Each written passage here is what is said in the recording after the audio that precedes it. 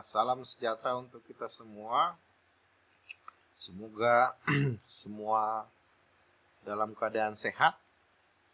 Dan saat ini kita akan melanjutkan materi kita, kuliah kecerdasan buatan, dengan tema adversarial search. Nah, yang kita akan pelajari itu pertama kita akan mempelajari tentang adversarial search itu apa. Ada beberapa algoritma untuk menyelesaikan problem adversarial search ini. Ada minimax, kemudian alpha beta pruning, dan non-deterministic. Ini non-deterministic ini adalah metode ya untuk game untuk game playing. Sebenarnya adversarial itu juga untuk game playing ya, tapi non-deterministic itu nanti kita akan bahas di slide selanjutnya. Pertama kita bicara soal adversarial search. Adversarial search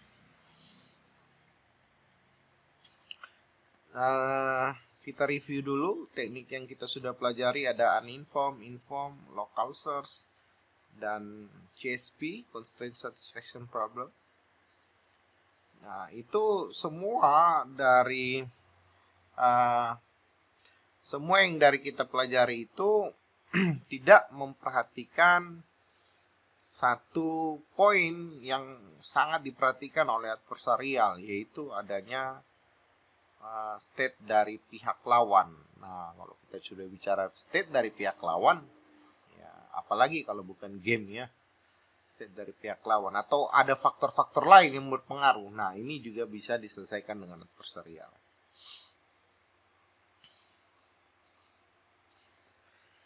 Adversarial memperhitungkan state pilihan lawan, ya, state pilihan lawan atau faktor lain. Nah, contoh problem berupa permainan game catur, ya, bukan hanya catur ya, ada game-game yang lain yang ada pihak lawan yang kita harus hadapi. Ya. Artinya, setiap langkah kita yang kita pilih, yang akan kita pilih itu bergantung terhadap apa yang pihak lawan lakukan. Sehingga itu akan jadi lebih dinamis dibanding searching-searching yang lain. Adversarial search algoritmanya ada minimax, ada alpha beta pruning.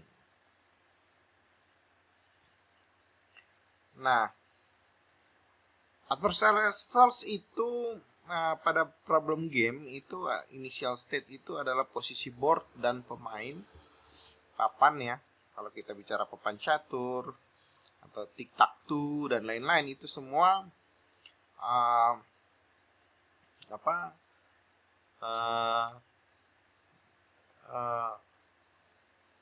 memulai dengan papan kosong ya. Kemudian ada successor function, mengembalikan daftar kemungkinan langkah pemain. Nah, ini successor function. Yang susah dari semua searching kita itu sebenarnya ada di ini ya, menciptakan sebuah successor function, mendefinisikan problem menjadi sesuatu yang bisa diselesaikan dengan pemrograman. Kemudian kita menciptakan bagaimana menghitung setiap state. Itu adalah problem-problem atau permasalahan-permasalahan yang harus kita buat untuk menyelesaikan permasalahan-permasalahan yang ada. Kemudian terminal test. Nah, ini berbeda sedikit dengan searching yang lain. Itu menggunakan goal test, ini menggunakan terminal test. Kenapa? Karena ini syarat di mana game itu bisa berakhir, atau titik di mana kita mengalahkan musuh, atau siapa yang menang. Nah, ini di adversarial itu menggunakan istilah terminal test. Ini bagaimana menciptakan anak ya. Ini bagaimana menciptakan anak. Kemudian utility function inilah bagaimana menghitung setiap nilai, memberikan nilai pada setiap state. Terus ada istilah baru sebenarnya di sini, ada namanya game tree ya. kemungkinan langkah pemain state berdasarkan langkah sebelumnya. Jadi inilah salah satu keunggulan di adversarial. Anda harus tahu nanti apa itu game tree. Ada slide yang nanti akan kita di situ fokus pada game tree. Ini contoh catur. Misalnya kita mau membuat game, menyelesaikan permasalahan game pada catur. Nah, ini tic-tac-toe. Ini ada kesalahan. Tic-tac-toe, Anda pasti tahu game tic-tac-toe. Nah, ini game tic-tac-toe ini kita menempatkan kotak cross melawan lingkaran. Ini bagaimana kita membuat ini menjadi sebuah mendefinisikan ini sebagai abstraksi permasalahan kita. Bagaimana kita melihat kotak ini menjadi sesuatu yang bisa kita selesaikan dengan pemrograman gitu ya. Nilai state di samping adalah ini, jadi bisa saja kita tempatkan ini nilai 0, 1, 2, 3, 4, 5 seperti kotak 8 ya. Dan kita bisa menulisnya dalam string seperti ini, 0, 1, 2, 3 dan seterusnya. Jadi bisa kita buat string seperti ini. Nah, ketika ada pemain lain yang menempatkan cross di sini, ya, kita bisa membuat representasinya dalam bentuk string juga seperti ini. Di 0, X, 2, 3 dan seterusnya. Berarti X-nya ada di titik kedua, di titik 1. Jadi dengan cara ini maka kita bisa membaca stringnya dengan 0x 2 3 4 5 6 7 8. Nanti kalau ada tempatkan O di sini berarti 0x 2 3 0 O ya, O 5 6 7 8. Nah, begitu seterusnya kita melihat atau merepresentasikan sebuah state pada tic-tac-toe supaya kita bisa menyelesaikan itu dalam pemrograman. Nah, beberapa istilah pada adversarial. Yang pertama, istilah pada pembahasan sebelumnya ada, ya ini kita sudah pernah belajar, cost function pada inform, uninform. Kemudian ada nilai fitness, itu pada algoritma genetika, kita sudah pelajari itu. Bagaimana kita menilai sebuah state, nilainya itu kita ciptakan fitness function namanya. Kemudian fungsi memberikan nilai pada suatu state yang sedang diamati ya. Ini fungsi, arti dari sebuah fungsi. Tidak ada aturan baku ya, tidak ada aturan baku. Sekali lagi tidak ada aturan baku.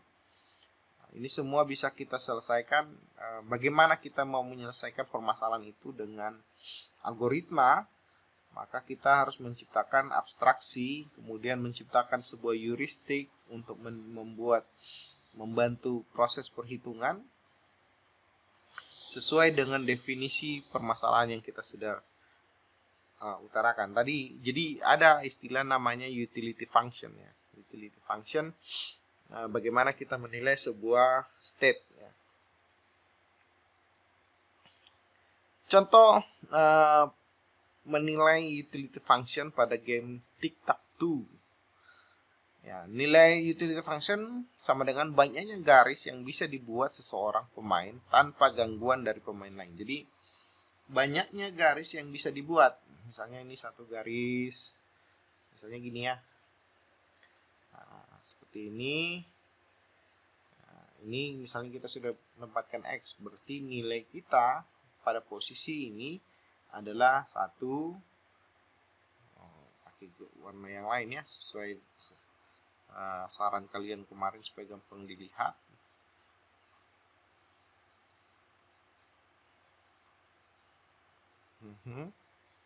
Ini bisa begini, berarti sudah 2. berarti bisa begini, berarti 3. Berarti state ini kita bisa ngasih nilai 3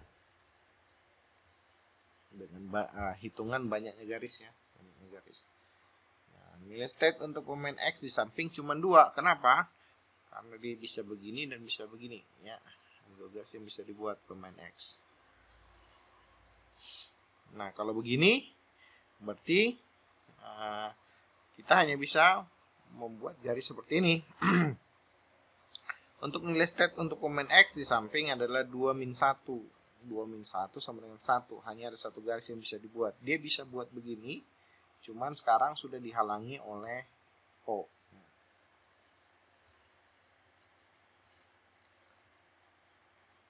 Nah, itu definisi permasalahan ya, definisi permasalahan. Sekarang kita bicara game tree. Apa itu game tree? Sebenarnya game tree ini sudah dibahas di matematika diskrit ya, kuliah matematika diskrit. Apa itu game tree ya? Ini game tree. Jadi semua kemungkinan dari sebuah permainan, dari sebuah environment ya. Jadi kalau misalnya tic-tac-toe, berarti kalau kita pemain pertama, pemain X, maka X bisa ditempatkan di sini, X bisa ditempatkan di sini, bisa di sini, dan seterusnya. Kemudian O bisa di sini, bisa di sini, bisa di sini, dan seterusnya. Sampai semua game tree ini bisa melambangkan kondisi permainan. Nah, dua pemain berusaha membuat garis pada papan n kali n. Nah, initial state-nya ini 1, 2, 3, 4, 5, 6 karena belum ada X dan O. Daftar semua kemungkinan posisi X sebagai pemain pertama. Posisi pertama, posisi kedua, posisi ketiga, dan seterusnya. Ini successor function-nya menciptakan anak dari setiap posisi ya, posisi 1, posisi 2, dan seterusnya. Nah, banyaknya game tree, Anda lihat ya, satu game tree ini, satu untuk game tic-tac-toe yang papannya cuman 3 kali 3, 9 kotak, dan itu hanya bisa X dan O.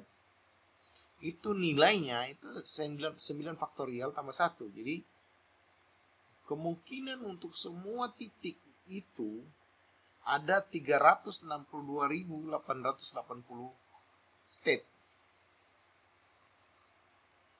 Ya, semua game tree ini kalau kita gambar itu nilainya adalah 362.000.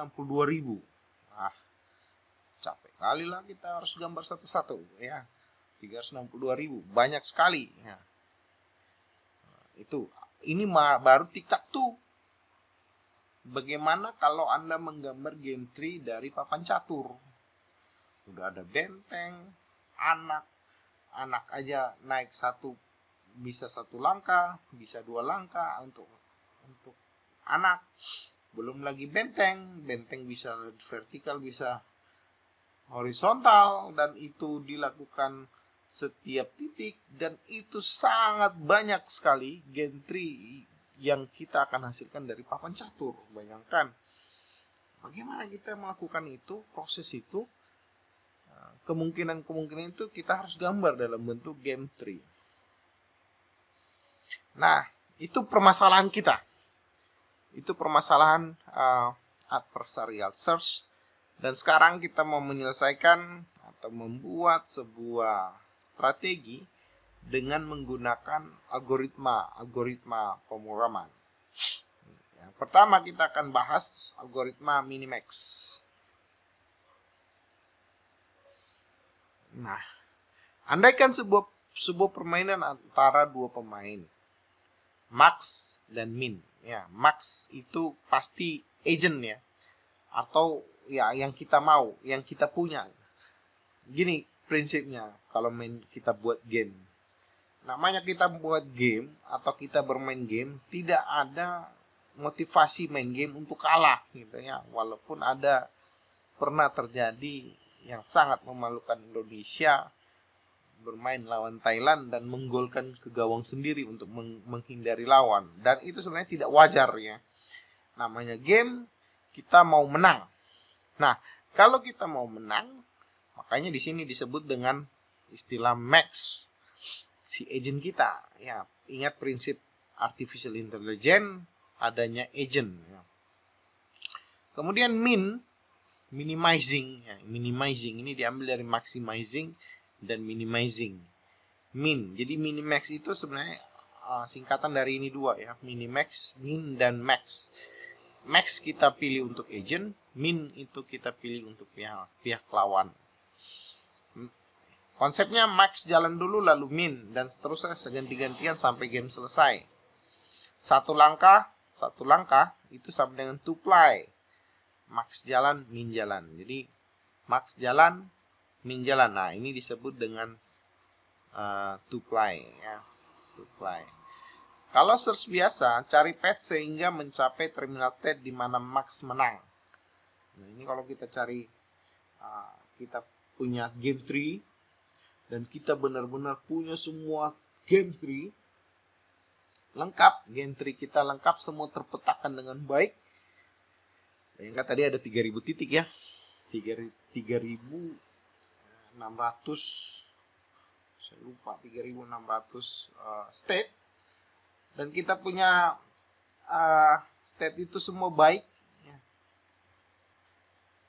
Maka kalau game searching biasa, kita tinggal cari aja di mana path kita bisa menang.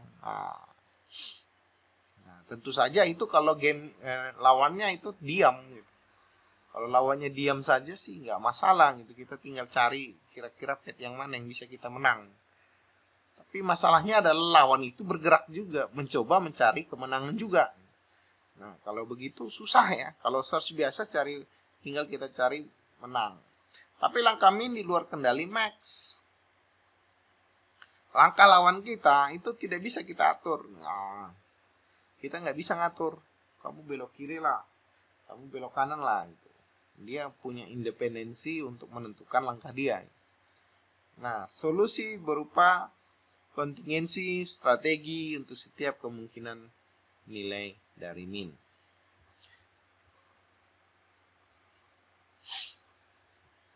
Nah, algoritma minimax itu memberikan nilai paling maksimal atau nilai paling minimal dari pemain. Nah, contoh, adalah game tree dari 2 pemain dengan kemungkinan langkah sampai 3 level. Jadi, contoh berikut adalah game tree dari 3 pemain dengan kemungkinan langkah sampai 3 level. Kemudian nilai utility functionnya untuk state langkah pemain di posisi level 3 telah dihitung. Jadi, ini ya, ingat, perhatikan baik-baik ini algoritma minimax ini ya. Kita memetakan max, kita akan pilih langkah paling baik untuk kita dan nilai paling buruk untuk lawan. Nah, ini kayaknya aneh nih. Kan nggak mungkin lawan itu hebat, lawan itu belum tentu sepintar, atau bahkan ya bisa aja biasa-biasa saja gitu. Tapi dia berasumsi bahwa lawan itu hebat gitu. Makanya dia memetakan itu dengan max dan min. Kita lihat dulu ya. Ini contoh berikut. Nah, ada nilai utility function untuk state langkah pemain. Jadi nilai utility function itu dihitung pada saat 3 level. 3 level. Maksudnya gini. Kita pilih A, dia pilih B, kita gambarlah game tree kita. Game tree tadi kan dalam bentuk begini ya, bentuk tree.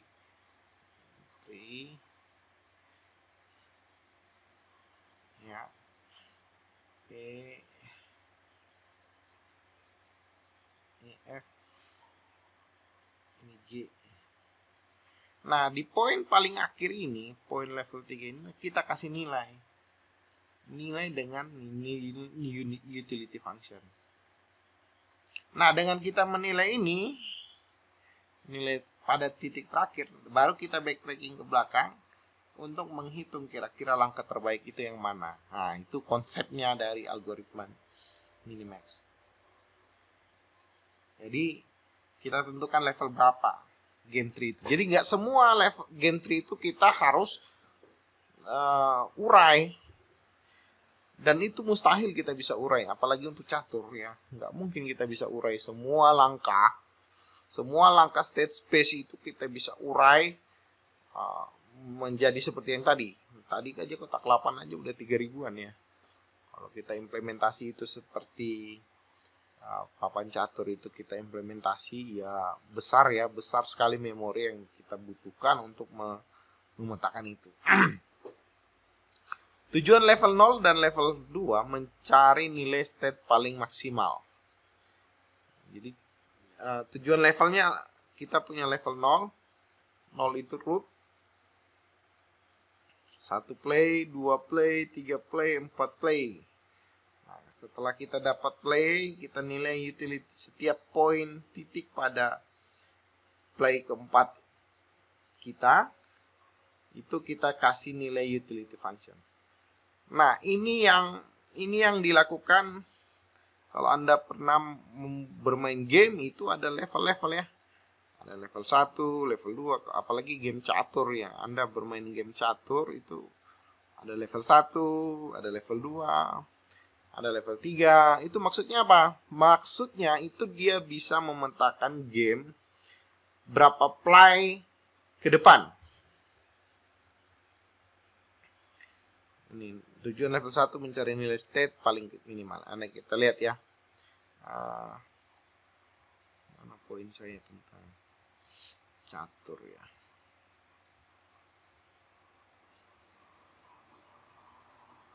Ya, jadi ini kita bahas dulu satu-satu. Nah, ini contohnya ya. Ini adalah seperti game tic-tac-toe tadi.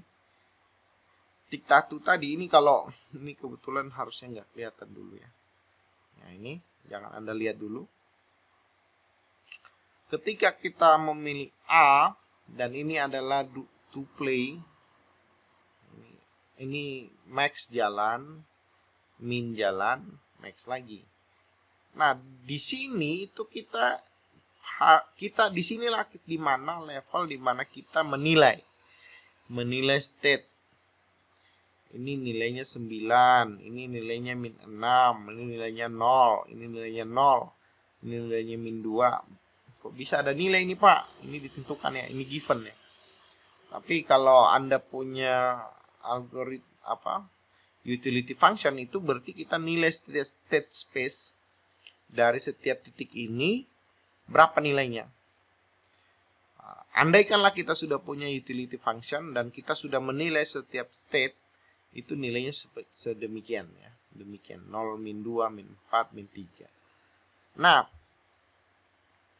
dari titik di mana kita mau pilih ini adalah titik di ujung nanti to play ya. Satu play level 1 ini ya. Maka setelah kita kasih nilai, kita tarik. Kira-kira ya, min akan memilih apa di antara ini, karena sekarang ini kan giliran kita. Ini adalah giliran lawan kita. Kalau lawan kita ini di sini, berarti kita harus beranggapan bahwa kita berada di posisi dia.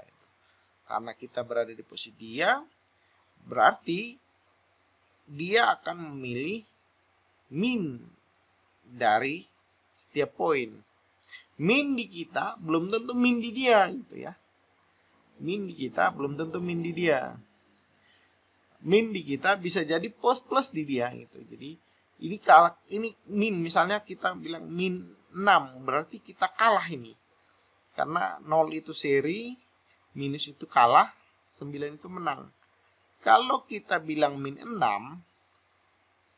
berarti lawan akan memilih, pasti akan memilih kita kalah kan gitu. Karena dia akan memilih kita kalah, berarti dia akan memilih nilai minimum dari setiap nilai kita. Paham di situ? Coba diulangi ya. Kita punya nilai fungsi untuk menilai utility function. Dia akan berusaha mengalahkan kita, kita berusaha mengalahkan dia. Nah, sekarang kita menilai setiap space ini, setiap state. Kita menilai setiap state.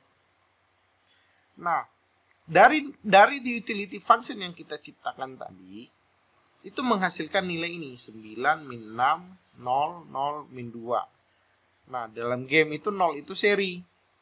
Plus itu kita menang. Negatif itu lawan kita yang menang. Karena lawan akan memilih mereka menang, berarti dia akan memilih ini. Min 6. Dia tidak akan mau memilih 9 karena kita yang menang.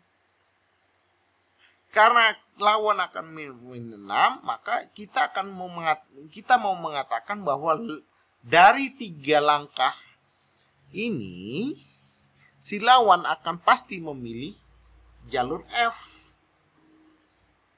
atau min 6. Di antara dua ini, lawan akan lebih memilih min 2 daripada 0. Dia akan lebih mau menang daripada seri. Maka di sini dia pasti akan memilih min 2. Ini demikian juga ini. Min 4 dan min 3. Dia akan lebih memilih 4. Karena dia akan lebih untung di situ. Nah, karena dia bisa kita prediksi demikian, maka pilihan lawan itu pasti antara B, C, dan D. Karena ini berdasarkan utility function kita. Nah, dari B, C, dan D, nah sekarang kita pilih. Karena pilihan kita antara min 6, min 2, dan min 4, manalah yang maksimal di antara pilihan ini. Maka kita akan lebih memilih agent kita akan suruh memilih C. Kenapa? Karena C masih mungkin kita min 2, ini min 6. Walaupun kita mungkin nanti bisa menang di 9, tapi lawan pasti tidak akan memilih kita menang. Dia akan memilih B, F ya, sebagai jalur pilihan dia. Maka paling menguntungkan pilihan dari sini adalah min 2. Maka inilah yang disebut dengan max, min, max. Ya, kita kita lanjut dulu ya. Oke, ini adalah pseudocode dari Minimax. Ini adalah rumusan terminal state. Ini adalah max value, min. Ini adalah model pemilihan fungsi untuk memilih langkah. Buat fungsi rekursif, mencari nilai maksimal dan minimal. Ya, cari nilai, buatkan utility function. Bagaimana menilai sebuah state. Lalu tarik ke belakang. Nah,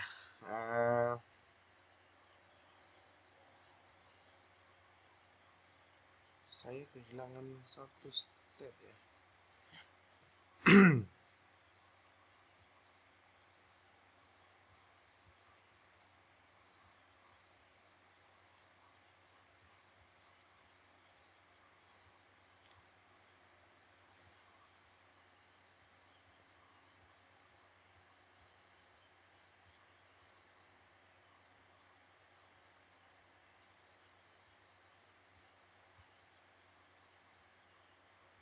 Nah, kalau Anda melihat game catur ya, ada level-levelnya. Itu bicara ini, berapa banyak game tree yang mau di-expand. Mau di-expand itu jumlah langkah ini.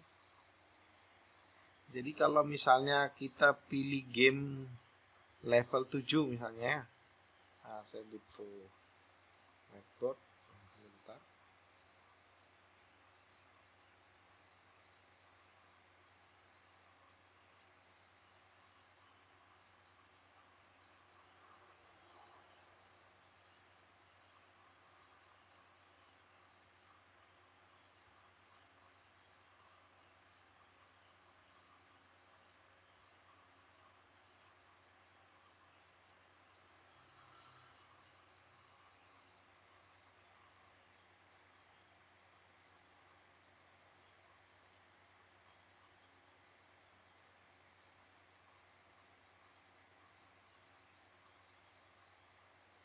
Nah, ini adalah algoritmanya, dicari pakai game depth limited search. Nah, ini kalau cara pandang untuk 3 player ya, sama konsepnya, bahwa si player misalnya A melawan B, C, itu kan sama aja, dua, intinya kan untuk game 3 multiplayer misalnya, itu kan tetap aja terbagi dua, A dan B, lawan atau teman ya, oposisi atau saya lupa istilahnya, lawan atau kawan gitu. Nah, sama gamenya, apakah B ini akan berpengaruh untuk mix min, kita anggap min, maka kita A max, berarti B itu min gitu ya. Intinya sama dengan min max, setiap permainan berlaku optimal. Nilai setiap node berupa vektor dengan nilai n. 3 pemain ABC, vektor ABC pada terminal state, nilai utility function setiap pemain. Ternyata dengan mengikuti strategi optimal ini bisa muncul aliansi. Aliansi ini yang tadi saya lupa. Aliansi itu teman, sama A dan B sama-sama lemah lawan C gitu ya. Nah, ini game tree. Jadi ini kita pilih max. Ini poin kita di mana kita harus memilih langkah. Maka kita expand berapa level ya. Ini 1, 2, 3, 4 level. Kita expand. Lalu di ujungnya ini kita kasih nilai. Kasih nilai berdasarkan apa? Utility function. Nah, dari nilai ini kita tarik kira-kira kita akan pilih langkah mana. Gitu ya. Begitu seterusnya. Ini dengan max 5, karena ini max 1 dan 3 pasti 3, 6. Lalu karena giliran min kita pilih minimalnya, maka kita akan lebih memilih jalur 6. Nah, dari jalur 6 nanti kita lihat langkah dari musuh kita. Nah, setelah dia memilih langkah, kita expand lagi anaknya. Nah, begitu seterusnya. Jadi ketika kita mengambil keputusan untuk memilih jalur ini, path ini, maka setelah itu kita menunggu kan proses si min melangkah. Nah, si min melangkah, misalnya dia memilih 6, maka kita mengenerate lagi. Jadi kita mengenerate lagi game tree kita berapa level ke depan. Setelah kita cek berapa langkah, baru kita mengambil keputusan kita memilih jalur yang mana. Inilah sebabnya ketika Anda bermain game catur dan memilih level 10, ya, lawan itu terasa lama, kita lama menunggu. Semakin lama kita menunggu lawan berjalan, itu bukan dia sedang berpikir, itu bukan dia sedang mempertimbangkan sesuatu, tapi dia sedang mengenerate game tree. Dia sedang mengenerate expand anak game tree-nya berapa 10 langkah ke depan, lalu memilih mana yang langkah yang akan dia pilih. Semua state space dia buka 10 langkah, begitu seterusnya. Nah, jumlah play ini akan berpengaruh ini. Ini contohnya. Untuk contoh catur, B pangkat M, 10 pangkat 6. Jadi 4 play look ahead itu dia, atau 4 langkah ke depan, itu di pemain manusia pemula itu memikirkan 4 langkah ke depan. Dia bisa menghasilkan 4 langkah. Jadi ya biasa kita kan bilang saya langkah ini, dia langkah ini, saya melangkah ini, dia melangkah ini. Nah, ini sama seperti implementasi minimax juga gitu. Cuman kan kita lebih fokus ke state-state yang penting. Tapi kalau minimax itu semua state itu dia pecah, dia expand. lalu dia misalnya 5 langkah ke belakang ke depan, lalu di langkah ke terakhir itu dia kasih masing-masing titik itu dia kasih nilai. Nah, dia kasih nilai, setelah dikasih nilai baru dihitung mundur. Sehingga dari perhitungan itulah nanti dia akan mengambil keputusan dia melangkah apa gitu. Nah, ini pemain pemula itu biasa bisa memikirkan 4 langkah. Pemain catur master itu 8 ya, 8. Kemudian ada Deep Blue dan Garry Kasparov, ini juara dunia. Deep Blue ini adalah mesin AI yang pernah mengalahkan Garry Kasparov dalam hal bermain catur. Dia bisa menghasilkan 12 play ke depan. 12 langkah ke depan dia expand. Kira-kira Garry mau milih jalan apa gitu ya. Dia expand ke depan dari 12 langkah tadi. Dari 12 langkah tadi dia backtracking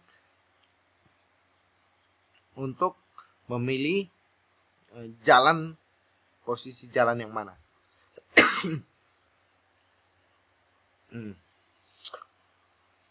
Konsep minimax tadi itu bisa di kinerja minimax masih bisa diperbaiki dengan pruning. Ya, ada istilah pruning yang mungkin kemarin saya lupa sedikit membahas, tapi ini lebih banyak kemarin harusnya kalau di Astar ya. Pruning ini adalah proses pemotongan jalur yang tidak penting. Tadi sudah saya sempat singgung. Ada hal-hal yang tidak, ya kalau kita ngapain kita expand kalau dia bukan pilihan gitu. Nah, model pruning ini sebenarnya implementasi yang bagus untuk model algoritma yang menghasilkan banyak anak gitu.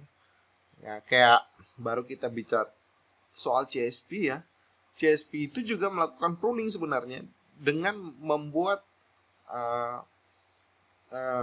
filter pada successor function, sehingga anak yang dihasilkan itu adalah anak-anak yang efektif. Nah, pruning diimplementasi untuk memangkas game tree tadi ya, berapa langkah ke depan, apakah semua anak perlu di-expand. Nah, ternyata dengan ini permasalahan di minimax belum efisien, sehingga muncul namanya alpha beta pruning. Alpha beta pruning ini adalah metode atau algoritma untuk menghindari state-state yang tidak penting. Kenapa harus di pruning? Supaya tidak memenuhi memori ya. Memori state space-nya jadi banyak. Kita menghitungnya jadi susah. Lebih baik kita buang sehingga kita tidak perlu menelusuri semua tree. Nah, ini algoritma alpha beta pruning namanya. Nah, itu semua dikembangkan tentu saja dari minimax. Nah, kita bicara alpha beta pruning. Alpha beta pruning itu melakukan pemotongan cabang pada game tree dan mengurangi pembuatan dan penelusuran tree. Jadi, tree yang kita expand tadi dari minimax itu ada hal-hal yang tidak, ya menurut perhitungan itu tidak penting untuk ditelusuri. Ya, misalnya ada kemungkinan misalnya nilai ekstrim ada di situ, misalnya ada game raja ketemu di sini ya kita bisa langsung makan rajanya. Itu bisa kita ngapain, pasti nggak akan bisa kita telusuri. Musuh tidak akan mau juga langsung kalah gitu misalnya. Padahal ada banyak. Jadi ada langkah-langkah yang bisa kita buang dari penelusuran kita. Nah, algoritma alpha beta pruning minimax pada depth limited search pruning. Syarat pruning nilai variabel alpha dan variabel beta. Jadi berdasarkan nilai alpha muncul alpha dan beta ya. Ada muncul istilah alpha dan beta karena memang ini alpha beta pruning. alpha itu nilai paling maksimal di semua level max, dan beta itu nilai minimal pada semua level min. Nilai-nilai ekstrim itu dibuang gitu ya. Kita lihat ya. Alpha beta pruning ini pseudocode-nya utility value, terminal test, syaratnya tadi ada syaratnya enggak ya? Syarat pruningnya ini nilai variabel alpha dan alpha beta nilai paling maksimal, bukannya ada nanti di depan.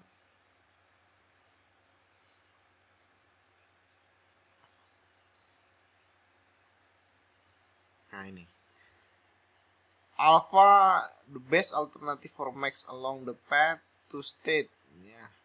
Beta the value best alternative min.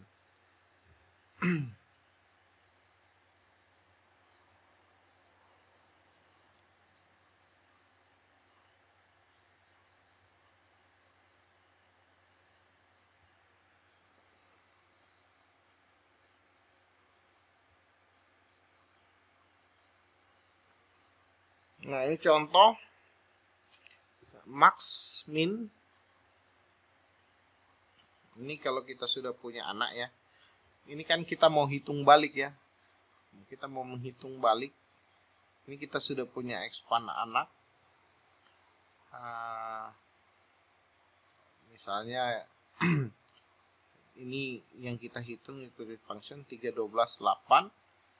Nilai minimumnya 3. Ini pasti kita akan memilih lebih. Ini nilai alfanya jadi lebih besar 3.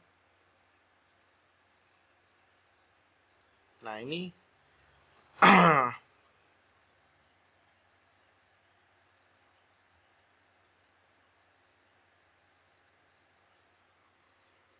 ya prinsipnya gini. Alfa adalah nilai terbesar atau terbaik untuk max, sementara yang sudah diketahui. Jadi nilai max alfa itu adalah nilai maksimal dari dari max, nilai maksimal dari max yang sudah kita ketahui sampai saat ini. Jika nilai V lebih kecil dari alfa, maka max tidak akan pernah memilih nilai V. Maka V bisa dipangkas. Jadi kalau misalnya kita punya anak ya, kita turun, terus di sini ada cabang. Ini sampai saat ini kita maxnya berapa? Misalnya 8. Terus 8. Terus ada anak di sini yang kemungkinan nilainya 6. Ya ngapain kita telusuri? Ini nggak usah kita telusuri lagi. Tadi kan kita tahu bahwa nilai minimax itu setelah kita expand anaknya, kita mau ngasih nilai. Di ujung kita kasih nilai. Ini kita sudah punya nilai. Nah, kita mau telusuri langkah mana yang mau jadi pilihan. Nah, ketika sudah sampai sini, usahlah kita kasih nilai. Jadi langsung aja potong, nggak perlu kita telusuri. Itu konsep dari alpha beta pruning. Beta adalah nilai terkecil terbaik untuk min. Nilai terkecil terbaik. Sementara yang sudah kita ketahui, jika nilai V lebih besar dari beta, min tidak pernah akan memilih nilai V. Ini prinsip dari alpha beta pruning.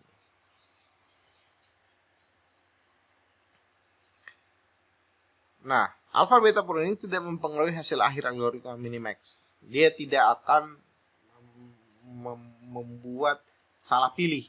Ya, salah pilih. Urutan penelusuran nilai mempengaruhi kinerja. Coba pilih nilai terbaik dulu. Pilih dulu yang terbaik dengan urutan yang ideal. Dengan kompleksitas ordo B pangkat M/2. Cut off-nya bisa 2 kali lipat. Untuk catur look ahead 8 play, level 8, tingkat pemain tidak hampir mirip dengan tingkat pemain master ya. Jadi dengan alpha beta pruning ini harapannya untuk menghitung nilai backtrackingnya itu jadi lebih simple untuk menghitungnya. Nanti kita akan ada contoh.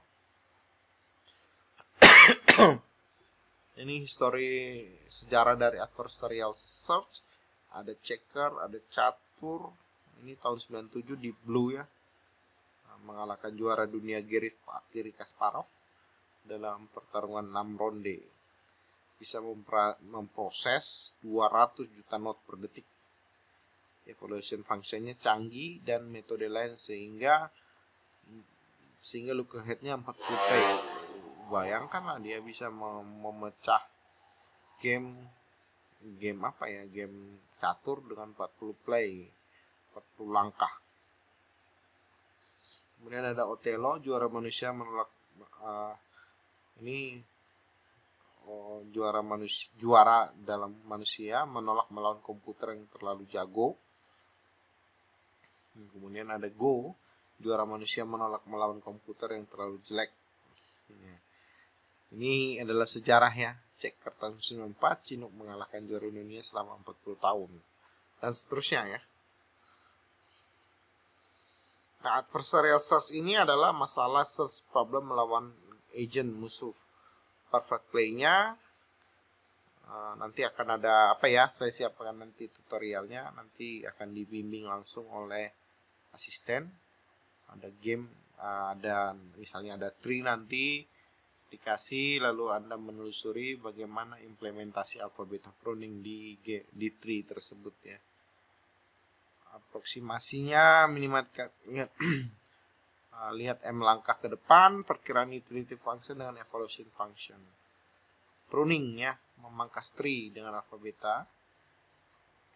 Kita silakan dibaca buku Russell dan Norvig pada algoritma minimax dan alphabet pruning.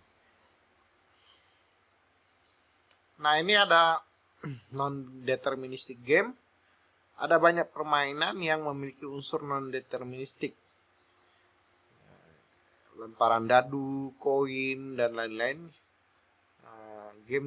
Game tree perlu ditambahkan change note-nya. Ada implementasi pada game-game seperti ini.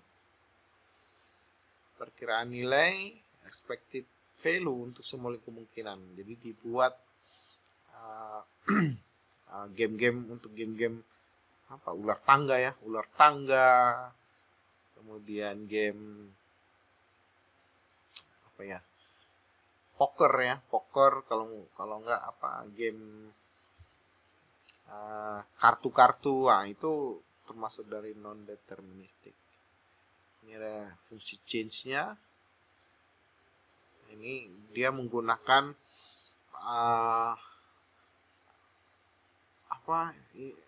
finite dan infinite ya. Ini alphabet pruning pada game deterministik. Saya pikir ini tidak terlalu kita dalami ya, nggak usah kita dalami ya.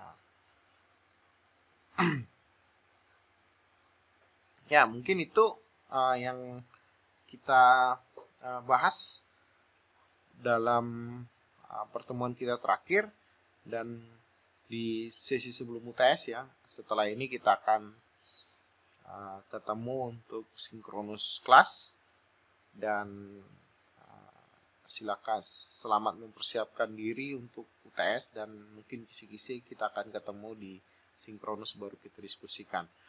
Mungkin itu saja materi kita. Salam sejahtera untuk kita semua.